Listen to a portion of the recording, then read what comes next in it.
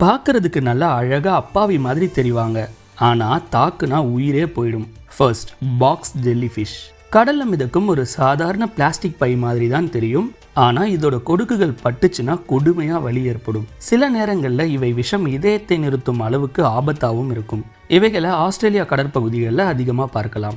Second, blue ringed octopus. கையில எடுத்து விளையாடுற அளவுக்கு சின்னதா இருக்கும். இவை உடல்ல இருக்க நீல நிற வளையங்கள் இவைகளை ரொம்ப அழகா காட்டும். ஆனா ஒரே கடியில அதன் விஷம் ஒரு நிமிஷத்துக்குள்ள மனிதனுக்கு பக்கவாதம் வந்து கொள்ளும்.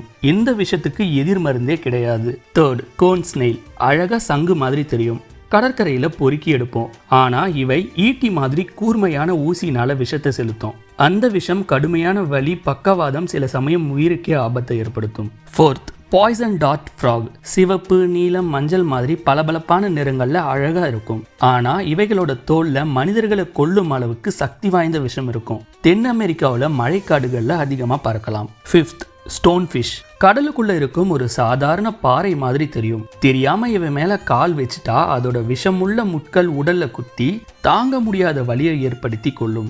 உலகத்திலேயே மிக விஷமுள்ள மீன். சிக்ஸ்த், காசோவேரி. ஒரு பெரிய விசித்திர பறவை. டைனோசர் மாதிரி தெரியும், ஆனா பறவை. இவை கால்கள்ல ரொம்பவே கூர்மையான நகங்கள் இருக்கும். ஆபத்து வந்தா சக்தி வாய்ந்த உதைகளை தரும். மனிதர்களை கிழித்து கொன்ற சில சம்பவங்களும் இருக்கு. இவை ஆஸ்திரேலியா மற்றும் கினியாவில் வாழ்றாங்க. செவன்த், ஹிப்போபட்டாமஸ். ரொம்பவே அமைதியான ஒரு விலங்கு, ஆனா ஆபத்து மட்டும் வந்துச்சு ஆக்ரோஷமா மாறி தாக்குவாங்க. ஆப்பிரிக்காவில் மனிதர்களை அதிகம் கொள்ளும் விலங்குகள்ல ஒண்ணு. Eighth, platypus. வாத்தோட மூக்கு, நீர்நாயோட உடல், துடுப்பு மாதிரி கால்கள்னு பல விலங்குகளை ஒன்னா சேர்த்தா மாதிரி விசித்திரமா இருக்கும்.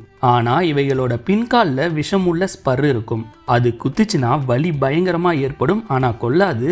ஆனா வலி நீண்ட நாட்களா நீடிக்கும். இவையெல்லாம் தானா வந்து தாக்காது, ஆனா தொந்தரவு செஞ்சீங்கன்னா அதன் விளைவுகள் ரொம்ப மோசமா இருக்கும்.